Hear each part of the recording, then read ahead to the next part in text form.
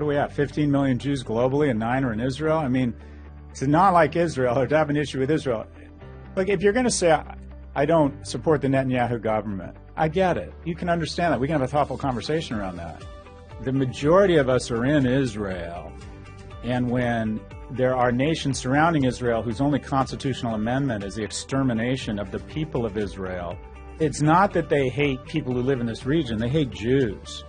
A lot of us are struggling with wanting to speak out and demonstrate our support for Jews and a Jewish state, but we want to also show empathy for Palestinian civilians who are suffering and who want a homeland too. So how do we bring nuance in this? So I think it requires education. I think it requires more of us to speak out.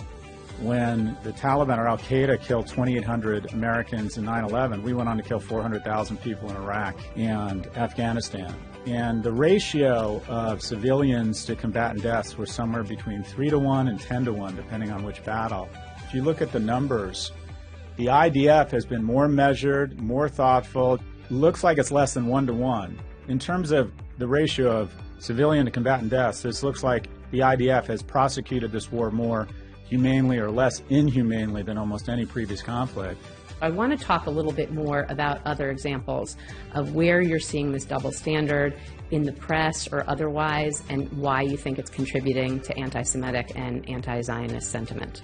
I saw it firsthand when the protests erupted on campus.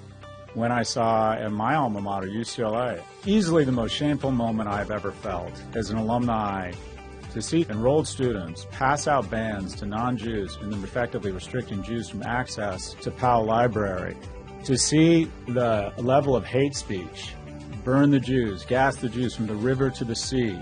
To me, it was just incredibly obvious that free speech is never freer when it's hate speech against Jews. So, one word, I just need one word of what our marching orders are after this conversation about fighting anti-Semitism and all forms of hate. Engage. Engage with your friends, engage with your kids, engage with the media, and just remember what happened when we didn't speak up. It could happen again.